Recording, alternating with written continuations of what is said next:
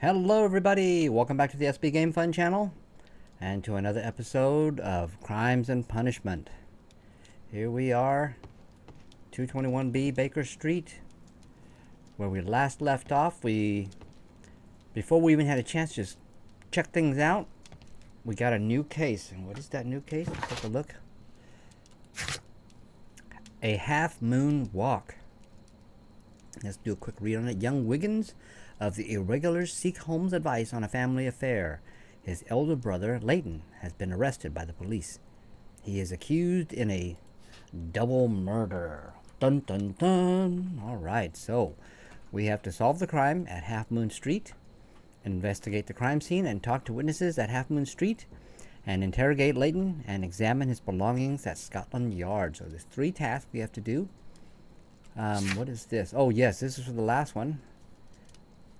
Oh wait a minute, that's not it. You know what? Did I read this? Check this out.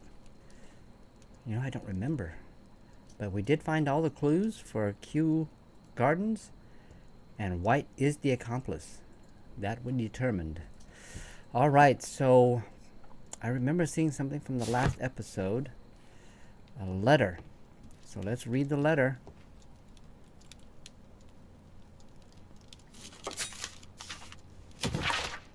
The Times. Sensation. An exotic method of murder. The arsenal of our present-day criminals may soon be refilled with poisonous plants. A young and beautiful woman, in collaboration with her colleague at Kew Gardens, planned the terrible murder of their director, Mr. Montague Dunn. Only one detective was capable of uncovering the truth behind a tragedy that was initially believed to be a simple heart attack. That detective's name is Sherlock Holmes. All right, so Holmes appears in the Times. So there we go. And there's nothing left. This is where I keep my post. This is where he keeps his post. Okay, so let's take a look at the map. We need to go to Half Moon Street. So let's go to Half Moon Street.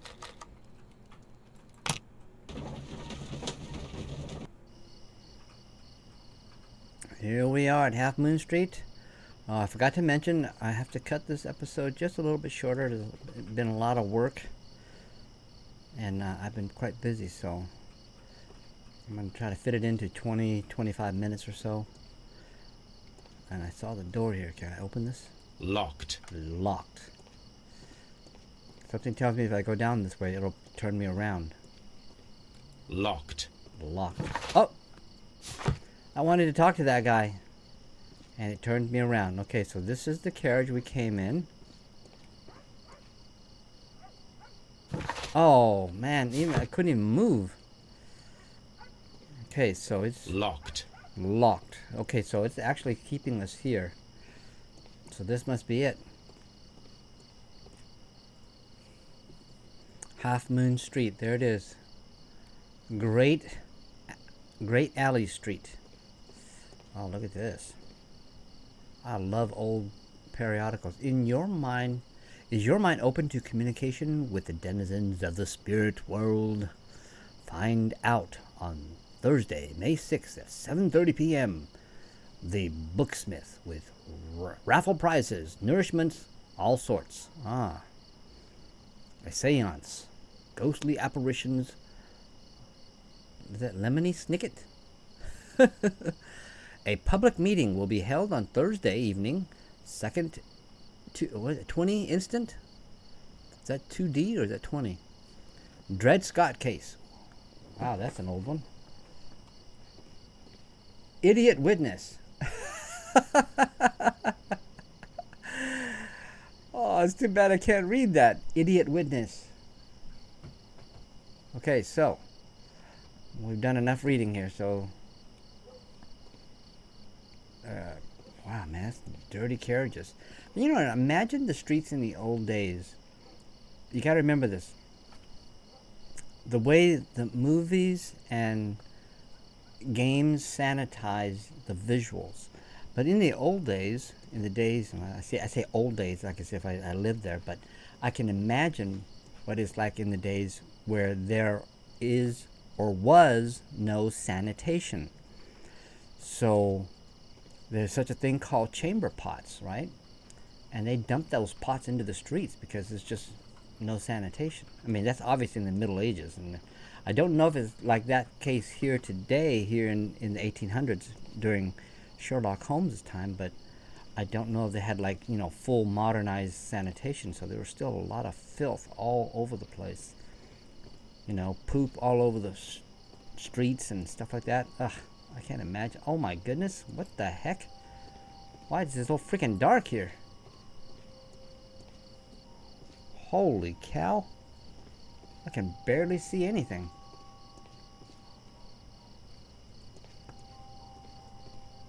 There's something over there. Look like the path goes. Oh. Nope, the path comes to a dead end. Okay. How is it that I have light now, but over here I didn't have anything? See that? Or is it my lantern? Does he have a lantern?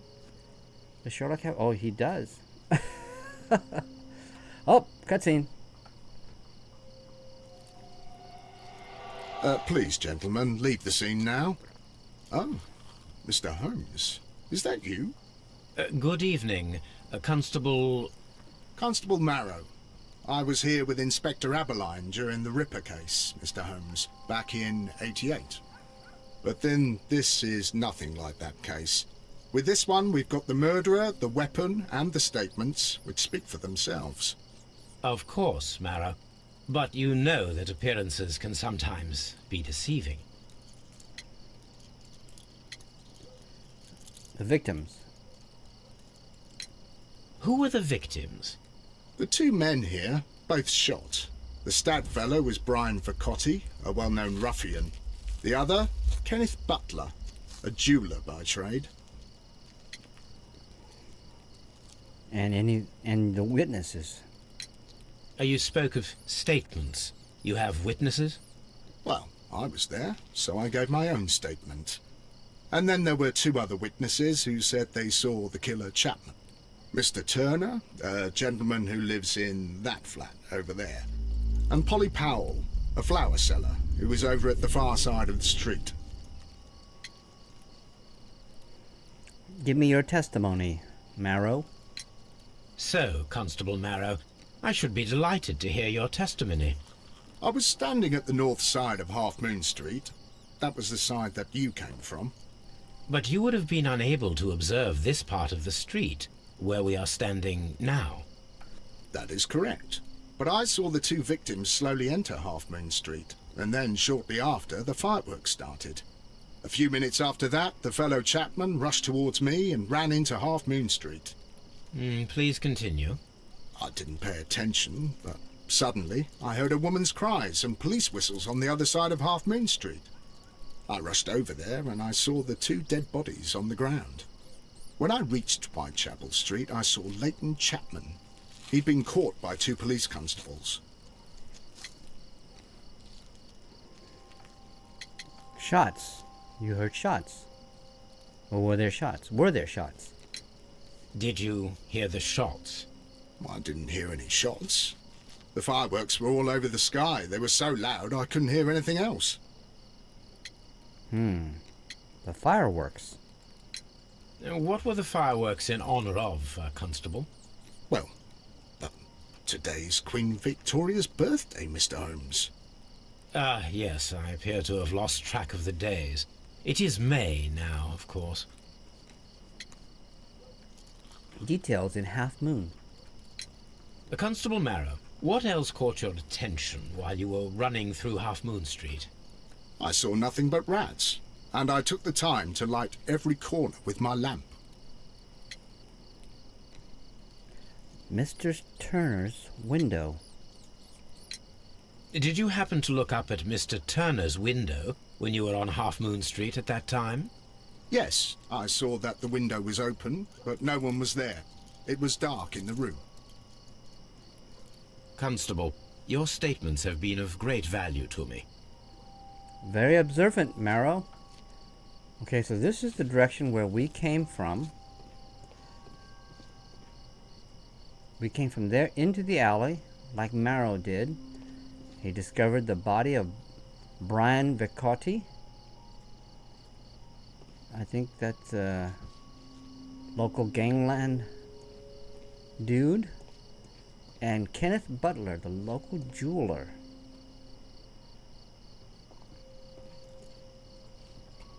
And then he saw Mr. Turner. I think he said something about not being able to see Half Moon Street. Let's scroll down to the bottom. What did he say? I saw nothing but rats and took the time to light every corner with my lamp. Did you happen to see Mr. Turner? Did you happen to look up at Mr. Turner's window when you were at Half Moon Street at that time? Yes, I saw that the window was open, but no one was there. It was dark in the room. Okay, so he looked up and saw no one up there. Dark window, but it was open. Okay, so let's examine the body of Brian Vercotti.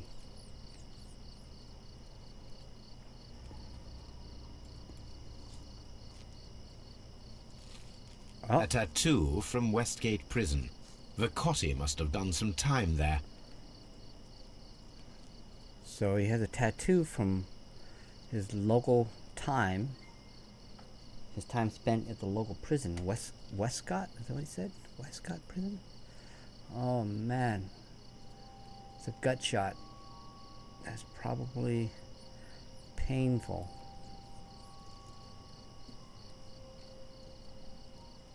The bullet penetrated his stomach, a dreadful wound. He tried to stop the bleeding with his hand. Death was not instant. Yep. That's gotta be a horrible way to die. Vercotti's head. We just examine the head. Brian Vercotti suffered greatly. What a terrible way to die. Yeah. Getting hit by a bullet. I mean, I don't know what it looks like. It's like getting hit by a bullet. But, I mean, just imagine being cut or burned. I've been cut and I've been burned. That sensation of that white hot burning sensation.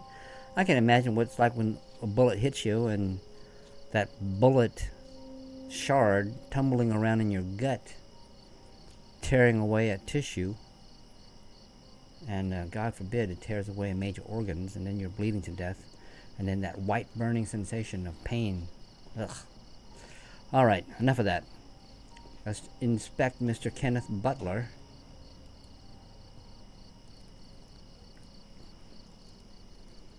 Oh, he got it square in the head, the forehead, man. Oh, dude. The bullet struck his head. This man didn't stand a chance. Well, at least his death was instantaneous.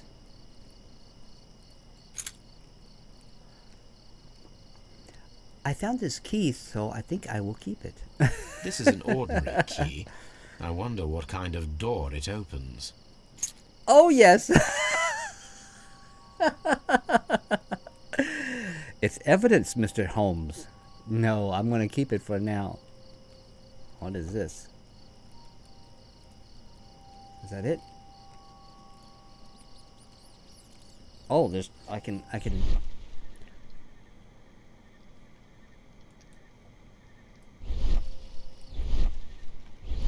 plates. What is plates?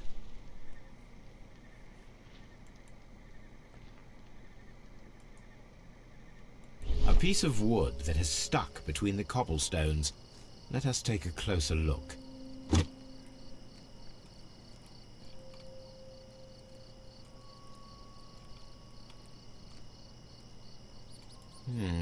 This shard of wood is quite new. What does that mean? Oh, that doesn't help me. But this particular gentleman, Kenneth Butler, died almost instantaneously because he got a gunshot wound to the head. This guy, though, got a gut shot. So, hold on. Let's see if there's anything here that we need to see. Nope. Nothing here. Alright. So, let's Let's talk to Mr. Turner here. Is that you, Wiggins? Yes, it is. Mr. Turner? Mr. Ryan Turner? Good evening, Mr. Turner. I heard Constable Marrow reply to you as Mr. Holmes. Are you that detective gentleman? I've heard of you. And well, I know things about this evening. Excellent. Might we hear your story? Well, let's do... Hey, did Marrow give us an observation? Let's do a profile.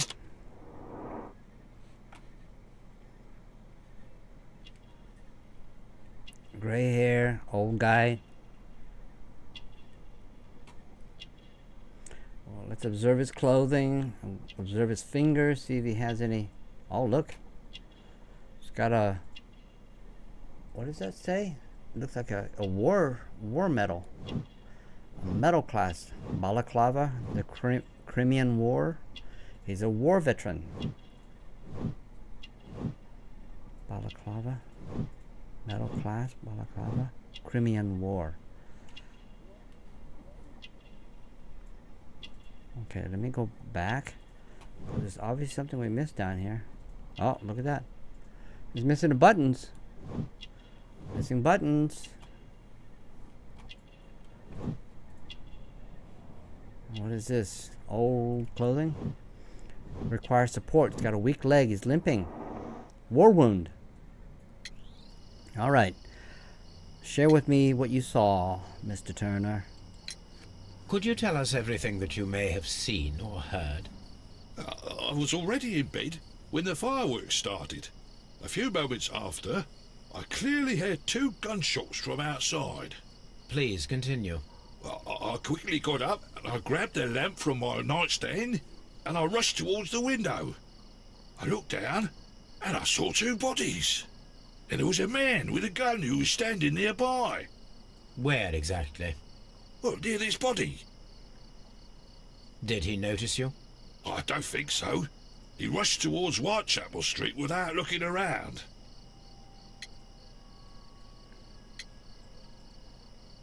Anyone else? Mr. Turner, did you see anyone else in the street? No, I saw no one but that man, the murderer. The fellow they caught.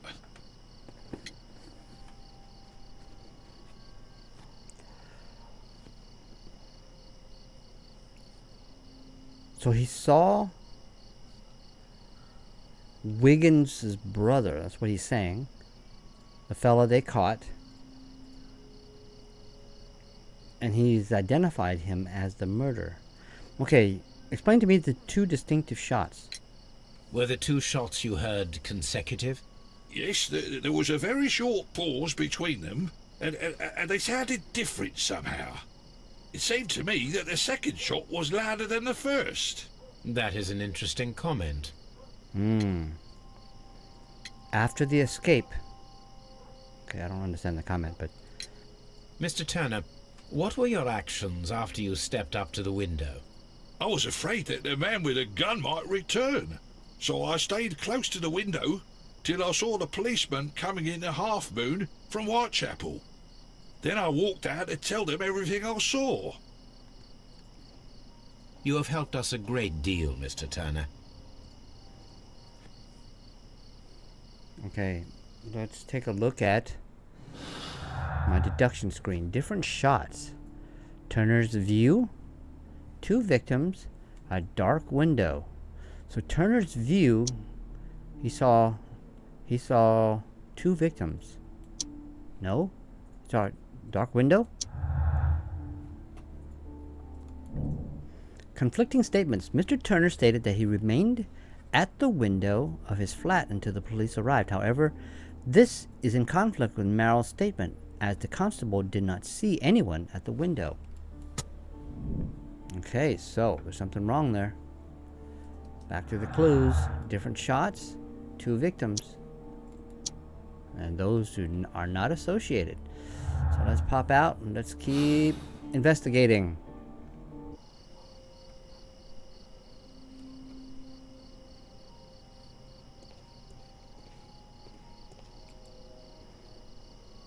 Oh, I can still talk to him?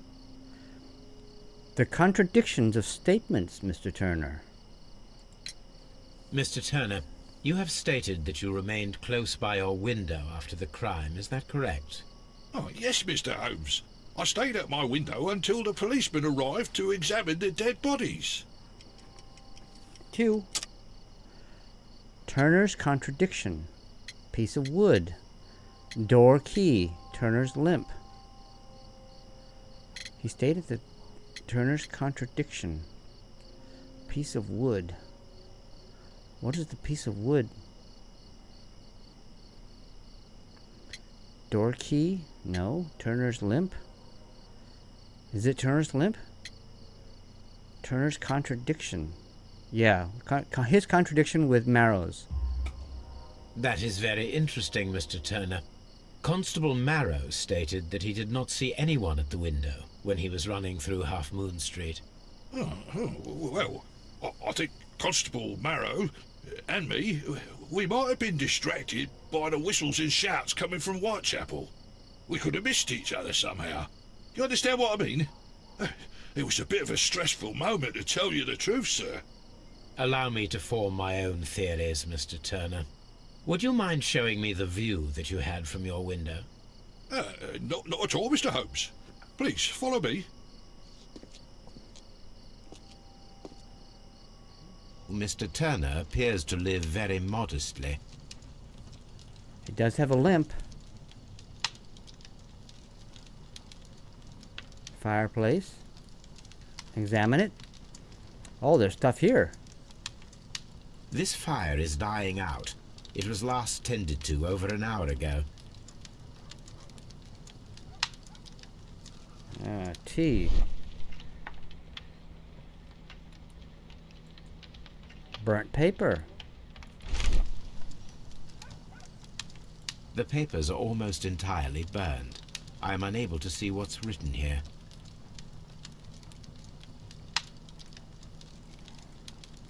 These words are illegible. Well. The papers were thrown into the fire just a short while ago. Very suspicious, Mr. Turner. Very suspicious. But then again, what does that mean? I mean, he just threw stuff into the fire. Mr. Turner. Okay, let's take a look at his bedroom here. Can I surmise anything from his... Oh. Mr. Turner was roused from his bed by the sound of gunshots. So he heard gunshots, 2 of them. One low and one loud. Louder than the other one.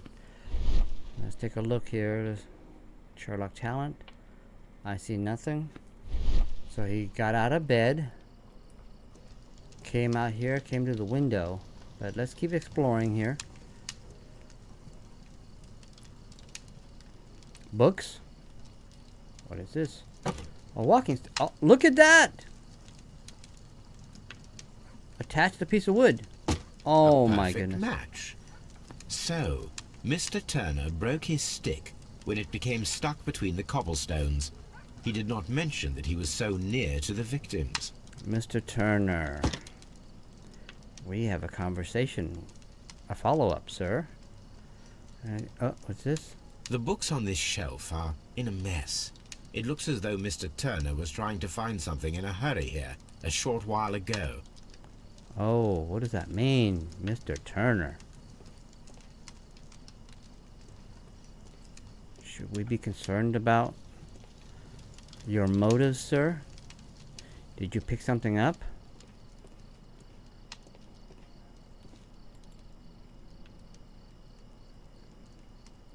This kitchen knife is quite sharp.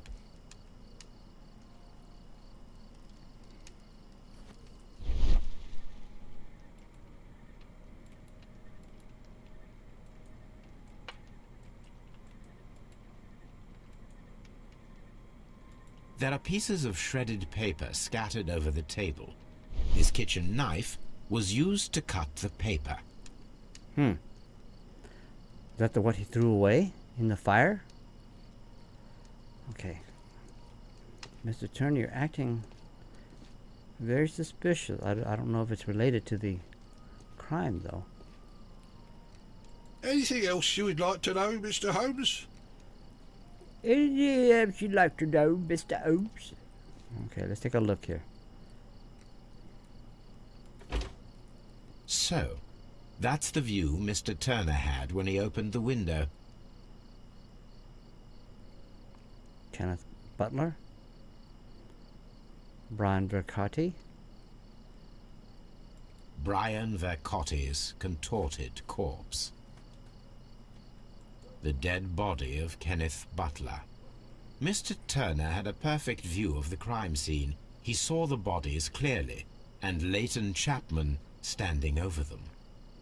So he did see Leighton Chapman. Alright, so. Can we still talk to you, Mr. Turner? Anything else you would like to know, Mr. Holmes? Oh, wait a minute. There's an imaginations. F. Okay, so hold on. Let's go back here. So this... Okay, what is this? This is one? Okay, yeah, this we're recreating the sequence. It comes out here. Okay, I don't... What is he doing here?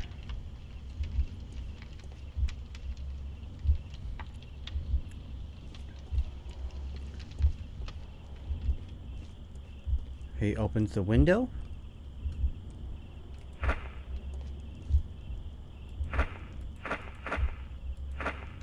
Three.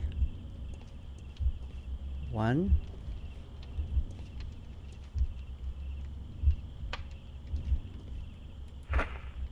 Okay, I pushed the button by accident. Nope. This is two. He looks down there. And then he goes down there. He approaches the body, which is three. Okay, this is an imagination. So this is an... There's three options here.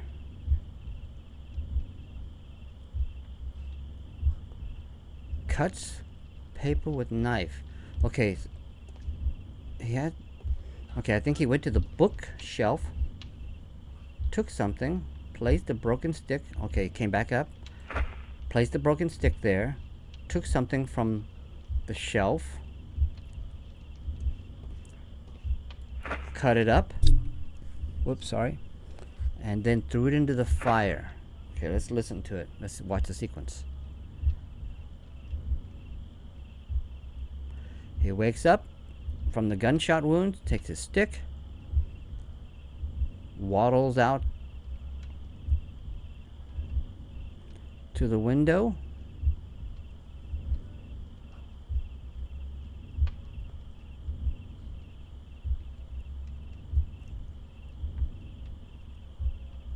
Opens the window, sees the not murder, but he sees the suspect over the two murder victims. Then he proceeds downstairs. I mean, he clearly has a limp, and he's clearly slow going down the stair. What does he do down here, though?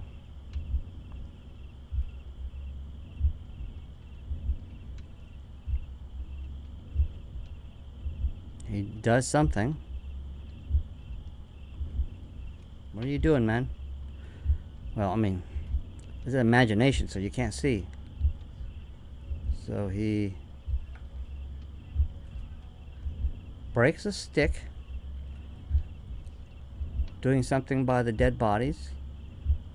Then he heads back up to his apartment.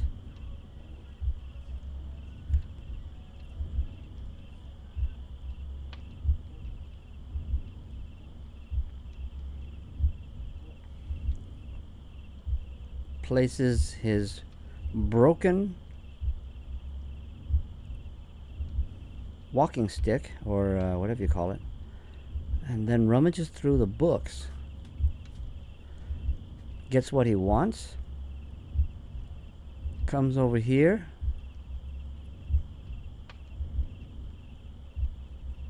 Cuts up a whole bunch of little shards of paper.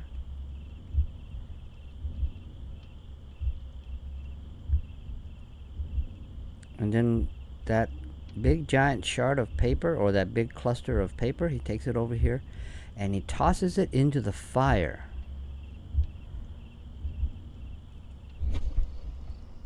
So Mr. Turner used a book to hide an object that he found on Kenneth Butler's body. The question is, what did he find? What did he find? Indeed.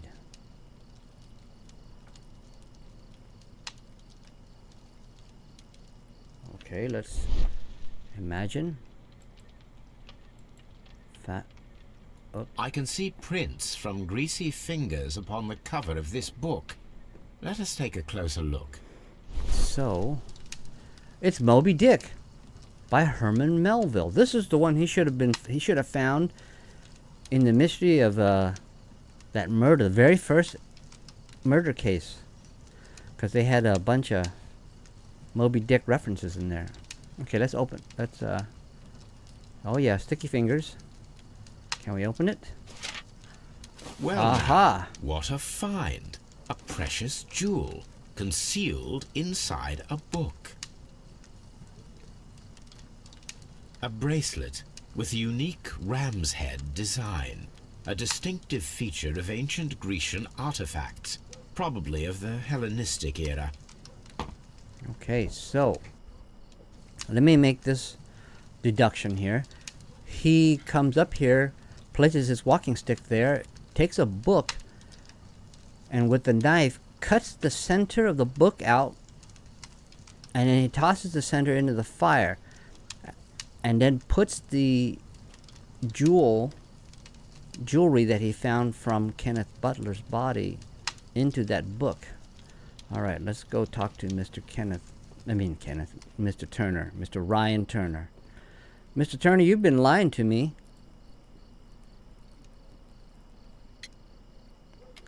Walking to the window. Mr. Turner, how would it be possible for a man of advanced years, such as yourself, to rush from his bed to the window in a matter of seconds, as you have stated? Well, I'm able to move very quickly, despite my age.